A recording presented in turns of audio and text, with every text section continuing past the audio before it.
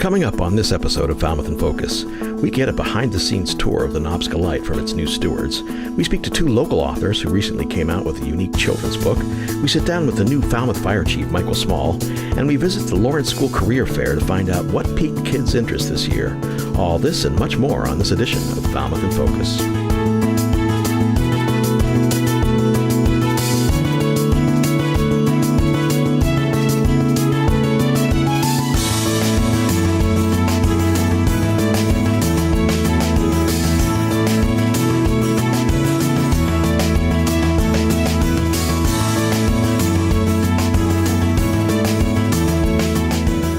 And thank you for watching Falmouth in Focus, FCTV's current affairs program. I'm Liz Lerner, the Membership and Outreach Coordinator for FCTV. We'll start this episode with news of a special election in town. On Thursday, September 8th, a special election will be held on the same day as the state primary election for the newly opened Falmouth Selectman seat, which is made vacant through the recent resignation of Ralph Herbst. Those interested in running for the seat can pull papers from Town Hall. They will be available through July 19th and must be returned by July 21st. 50 signatures are needed to appear on the ballot. FCTV spoke with Town Clerk Michael Palmer recently regarding these special circumstances. Most boards and committees, normally you can have a joint meeting of the board and committee and replace the vacancy, or in the case of town meeting members, the person with the next largest amount of votes would fill that vacancy. In the case of a Board of Selectmen, that is not the case. It's governed by Massachusetts general law and says that the remaining Board of Selectmen may call a special election to fill the vacancy. But in this case, our charter even takes it a step further and says that the Board of Selectmen shall call a special election to fill a vacancy in the office of Board of Selectmen. Stay tuned to FCTV for more information regarding the election and statements from the candidates as we get closer to September. On Thursday, June 23rd, a tree dedication ceremony was held in memory of Sheriff Deputy John Cotfula Jr., a Falmouth native who died while on duty in March in Florida. FCTV was at the event, which was held outside of the Falmouth Police Station. Today's event was to create a living memorial for Deputy Sheriff John Robert Cotfula Jr., who died a hero in Hillsborough County, Florida this past winter or spring.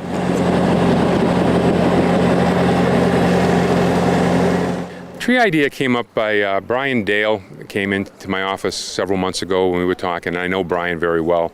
And his son and he, who own a tree company here in Falmouth, thought it'd be a good idea if they donated a tree. So they basically came in to ask me whether or not I would accept that donation and whether or not I thought it was a good idea and what the family might think. So I did reach out to the family, and they thought it was a wonderful idea also. It's great having the tree here, but I said, we need a little more than just a tree because nobody's going to know what the tree means. So I then reached out to Greg McDonald at Clover Monument and explained to him what we were doing, and he graciously offered a monument for the tree, which is inscribed with John Roberts' name on it and the end of watch date. Absolutely, this was fantastic, and it was really, really great. And I think it just maybe helped bring some closure to the whole tragic event. And it's in a location here at the police department that I know myself, I can't speak for all the other officers, but I know myself every time I pass this tree, I'm going to be thinking of John Robert. Thank you to FCTV staff for covering that event.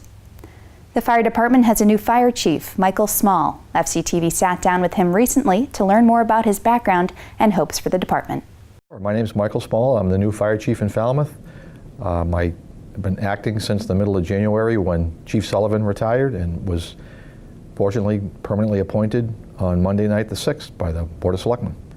My public safety career started in June of 1984. I actually, my sophomore year in college, was a police officer in Falmouth. I started out as a summer special, walked Main Street for a little while, and then finished that summer walking a beat in Falmouth Heights, and then at the end of that summer, I was offered a full-time provisional position, so I worked days in a cruiser for a little while and then went to midnights. Worked as a full-time police officer in Falmouth on the midnight shift until January 1st of 1987, when I took a permanent appointment as a firefighter in the town of Bourne, Grew up in the town of Bourne. My dad was a firefighter in Bourne, actually retired as a deputy. And I worked in Bourne for 18 months until August of 1988 as a firefighter EMT, when the opportunity came up to a lateral transfer back to Falmouth, and that's what I did, and I've been here ever since. I came up through the ranks here. I worked as a firefighter many years at headquarters in Station 5. I got promoted to lieutenant in 1997, made captain in 2000, and then acting deputy in 2010, confirmed in 2011.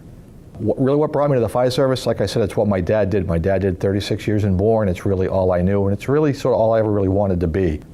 Best job in the world. The fire service has a ton of family connections, not uncommon for fathers and sons and fathers and daughters and brothers-in-law to work together, and that's really all I wanted to be. And once I had the opportunity to get to get full time, I took it. I said I'm honored and privileged to have this opportunity. I did a little math the other day. There've been only 7 fire chiefs. I'm number 7 in the town of Falmouth, and I'm honored and humbled to be in that line. Really looking forward to making some progress. Looking forward to doing the hard work, doing what's necessary, garnering the support of the troops. I'll say it again, they're absolute rock stars, from the deputy chiefs to the staff people down to the newest guy in the door. They do an absolutely amazing job.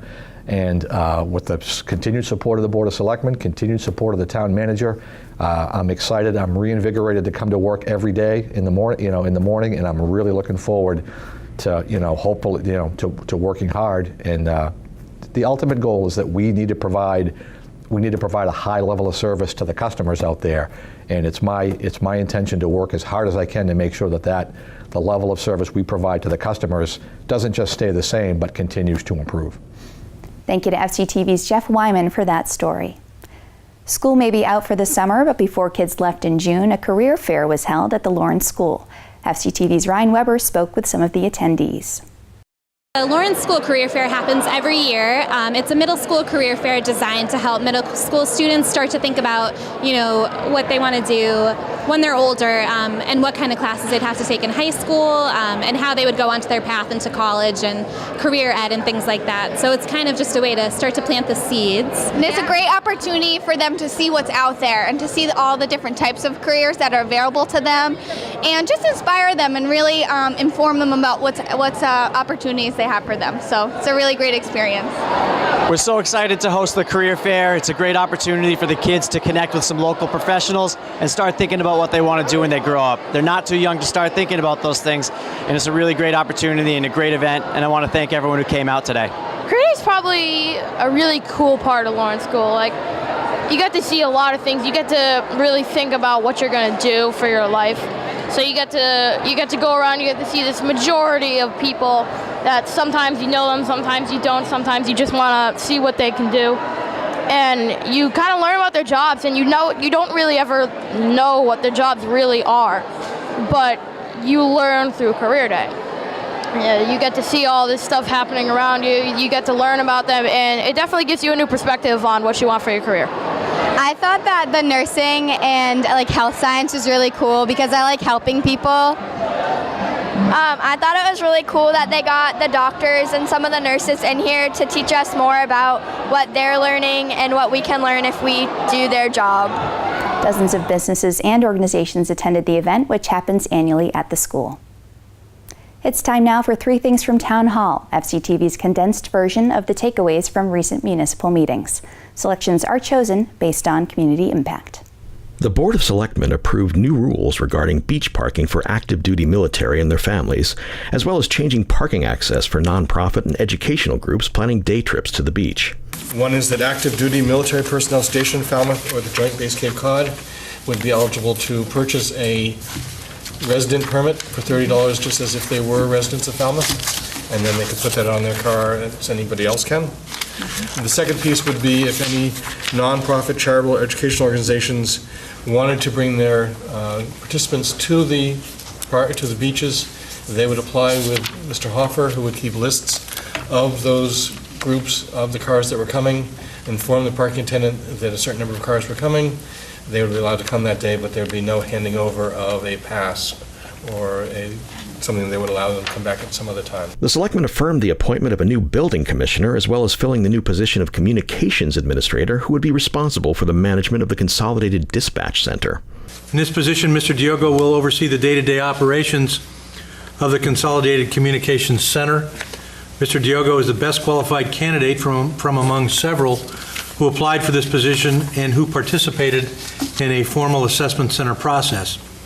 Police Chief Dunn, Fire Chief Mike Small, and I all recommend the appointment of David Diogo to this new public safety position. I'd like to thank the members of the board, Mr. Suso, the police and fire chief, and everybody else who is allowing me this opportunity to take on this new position, and I hope to serve the town proud as well as the townspeople. Water Superintendent Steve Rafferty gave a report on the status of the water contamination metering in the Nazca Road metering area. There's two things that get formed by chlorine combining with organics, total trihalogenated methanes. The magic number is 80 parts per billion, and heliacetic acids, for which the magic number is 60. So public notification requirements, part of which I'm fulfilling tonight. We have to actually do a direct mailing to all of our customers. All 21 somewhat thousand of them have to be notified per the way the rules are set up. We have to publish in the local paper. It was published last Friday, some of you might have seen it. The Water Department continues to work on methods to keep contaminations low, particularly during the winter season when less water is used and stays in the system longer. To see the meetings in their entirety, check out FCTV's website and click on the Government Channel 15 link at fctv.org. Summer is officially in full swing. Here are just a few of the events going on around town in the coming days. The 36th annual Falmouth fireworks are scheduled for dusk on July 4th. The display can be seen from a variety of coastal locations around town. More information regarding the fireworks and parking can be found at falmouthfireworks.org. The Hokulea, a replica of an ancient Polynesian double-hulled sailing canoe, will come into town on July 1st and stay until July 5th. The canoe is traveling over 60,000 nautical miles and visiting 100 ports over the course of 4 years. A variety of ceremonies will be held during its time in Woods Hole. You can track the canoe through its website, hokulea.com. The Cape Cod Hydrangea Festival will begin on July 8th this year and has a variety of Falmouth locations, including Highfield Hall, the Barnstable County Fairgrounds, Falmouth Museums on the Green, the Falmouth Service Center Community Garden, and much more. Check out the Cape Cod Chamber of Commerce's website for more details. FCTV welcomes a new artist this month at our Mazer Gallery. Artwork by the Monday Morning Plein Air Painters will be on display from July 5th through July 29th. The group is comprised of accomplished local artists who are members of the Falmouth Artists Guild. Plein air painting is typically executed outdoors and has the qualities of air and natural light. The public is invited to attend the opening reception Sunday, July 10th from 3 to 5 p.m.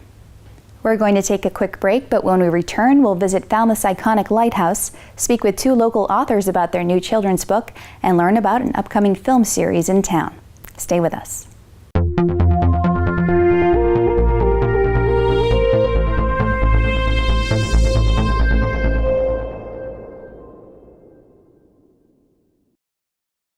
Welcome back. The nonprofit group Friends of Nazca Light recently took on the role of stewards of the famed Nazca Lighthouse in Woods Hole. With that title comes the responsibility of upkeep for the lighthouse and its residents. We spoke with 2 members of the group about the effort to maintain the grounds and buildings. Hi, my name is Brian Nickerson, and I'm the president of the Friends of Nazca Light. We're at Nazca Point Light right now, and the Friends of Nazca Light work for the town of Falmouth. The town of Falmouth receives its license to the property from the U.S. Coast Guard. That happened in April. The job of the Friends is to preserve Nazca Point Light, to do the work that's needed, and to provide it as a public facility for the community of Falmouth. I'm Catherine Bumpus. I'm the executive director of the Friends of Nazca Light, and I'm standing in the first level of Nazca Lighthouse. It is a serious icon for the town of Falmouth and for the entire area. And it is one that the community loves, and we have the opportunity now to take care of it. It's a big responsibility, but we're happy to take it on.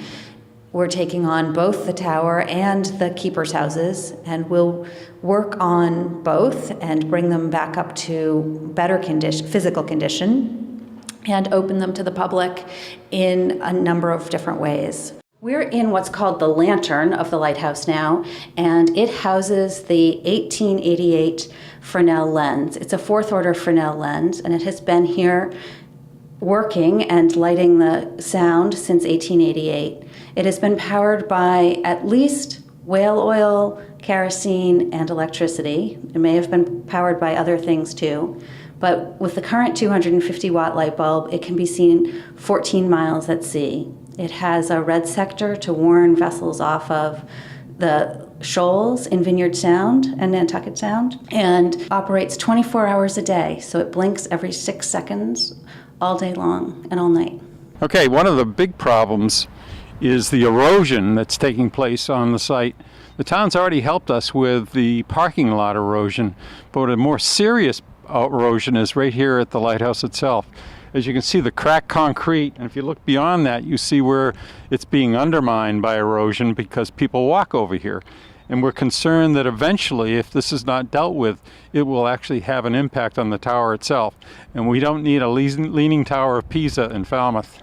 We're here at about the sunniest moment that could be imagined because it is the middle of the day on the solstice, but Nazca is a very exposed location, and so we have many weather-related issues and wind-related issues where the building has suffered because of the exposure. We are starting to lose trim on the roof, and we have rotting trim around the windows and a number of other not yet structural problems that the buildings face that we will have to address in the very near future.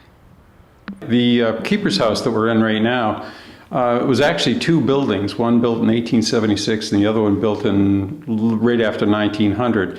But they are connected on the first floor. And on the first floor we have close to 2,000 square feet, somewhat less than that. And we hope to turn that into an exhibit area of maritime history for visitors, for residents, for anybody in the community, and have events here that celebrate Falmouth and Martha's Vineyard Sound's maritime history. The restoration and preservation of Nazca Light is now a community effort, and it will take all of us in the community to make it a success and put Nazca on a firm foundation for its next 130 years. We're looking for help of all kinds and volunteers and support. You can find out more information about us at friendsofnobsca.org. In addition to updating visitors on happenings at the Lighthouse, the group's Facebook page often has beautiful photos and videos to share from the Lighthouse's amazing location. Just search the group Friends of Nazca Light. Two local authors recently came out with a unique book for kids, Wicked Weird Story Starters. We sat down with the duo to talk about their goals for the book and some outreach they're doing in the community. A couple years ago, I said, why don't we stick to our strengths? I'll draw a strange character, I'll send it to you, and you create a story based around that character. And I remember receiving on my iPhone a drawing of this guy who looked like an old-time gangster. And Mark said, you have a half hour to come up with a story starter. I liked the challenge that he gave me, and I came up with this story starter and sent it back to him, and he loved it. And really during that year, maybe once every couple of weeks, he would send me a picture, and then it kind of changed where I would come up with a story starter, and then I would send it to him, and then he would draw the picture. Mm-hmm. So we put out Wicked Weird Story Starters, and a lot of the Falmouth schools have used it. And so then we thought, you know what, we're on to something. So I said, why don't we just put a coloring book together, and it could still be within our Wicked Weird theme. And so that's what we just published. Yeah, and it's not just a coloring book, it's coloring and activity book. So we do have story starters in there. We have word puzzles. If they're not old enough to write, they can work with their parents doing story starters that way. But they're going to love it regardless because of all the weird characters and the coloring. And it's really a book for the whole family. The parents can read the stories to the younger kids who can't yet read. But then the really little kids can then just pull out those crayons and start coloring the pages and having a good time. And we were just told that a couple of kids, two siblings, sort of paired up and teamed up. One was reading, one was coloring, and they spent like an hour and a half coloring just one page. So That made us feel great. It makes us feel great because our mission really is, to get kids creating. We've done some school visits together. We've talked to the Hanover school system. Ted has done school visits for years. I've done a whole bunch of school visits. So when we collaborate and get together to talk to schools, we just did one for the Hanover Middle School last year, talked to 800 kids, and we tell them about our lives as creative people and how we were kids, grew up in Falmouth Heights together. And we sort of just tell our story and tell them how we collaborated and created the Wicked Weird Story Starter books. The book is available on the storystarters.com. We'll be dealing with bookstores now and hopefully be talking with 8 Cousins and all those great bookstores throughout Cape Cod. Thank you to FCTV's Michael Sperling for that story. On June 15th, Falmouth's No Place for Hate organization held a vigil for the victims of the Orlando shooting. Poems, music, and speeches were presented to a crowd of over 100 people. Here are some of the highlights from the event. Some good must come out of Orlando.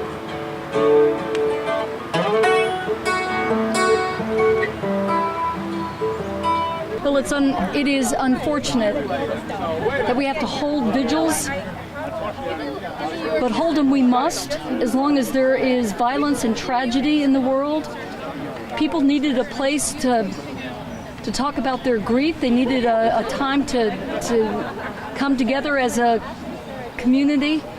Vigils are just a beginning of the grieving.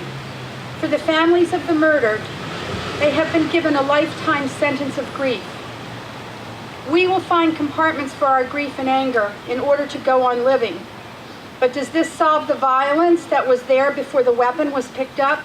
Well, No Place for Hate's mission is to bridge divides and to fight against bias. We all have the chance, and usually no one can stop us. We talk and chat, we have the chance to make a harangue. We have the chance, we should, each and every one of us should count ourselves lucky that we have this chance, because others don't. People had a need to be here, otherwise they would not have been here. And I think we basically met that need, to know that we're not alone in our grief and our desires for the kind of world we'd like to see. So what shall our response be to this tragedy? Love. We are to love fiercely and without shame. Because I believe love wins. We shall overcome someday.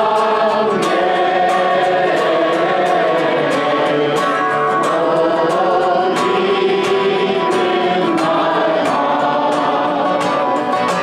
heart, I do believe we shall overcome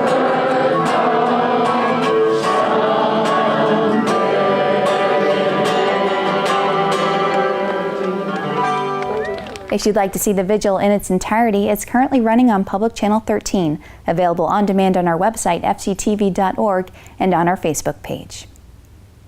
The Falmouth Jewish Congregation will again hold its popular summer Jewish film series on select Tuesdays in the summer.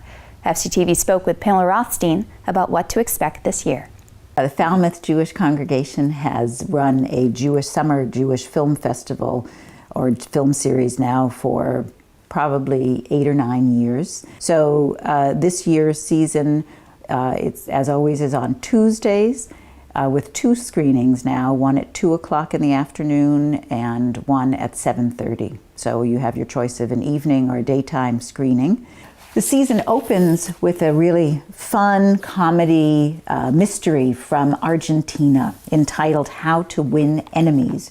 And its director is Gabriel Lichtmann, and he directed a film called Jews in Space. So you can see that he has a sense of humor.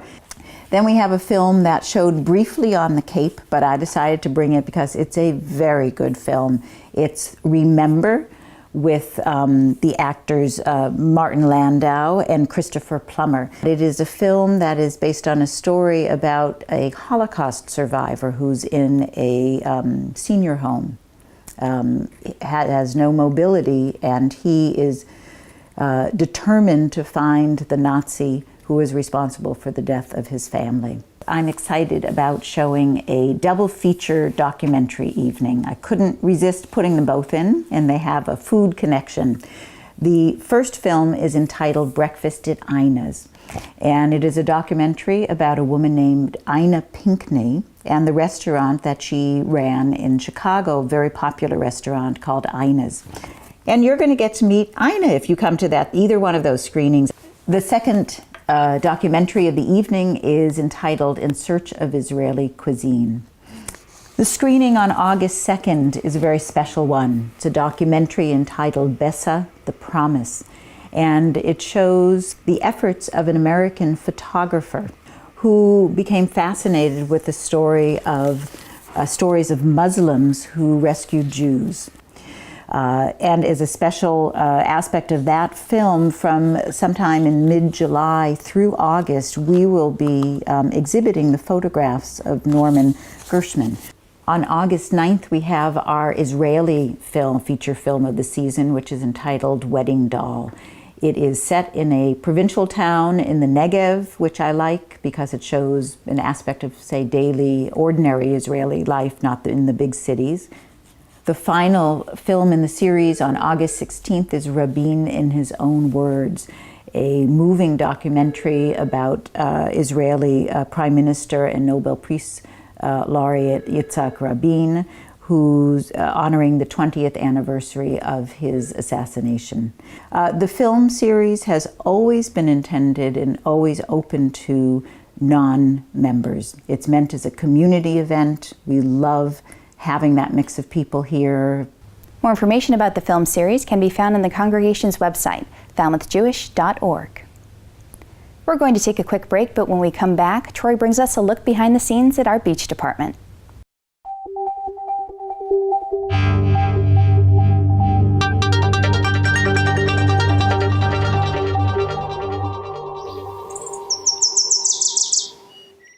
Welcome back. Troy visited the beach department recently and spoke to longtime beach superintendent Don Hoffer about how the summer's going so far.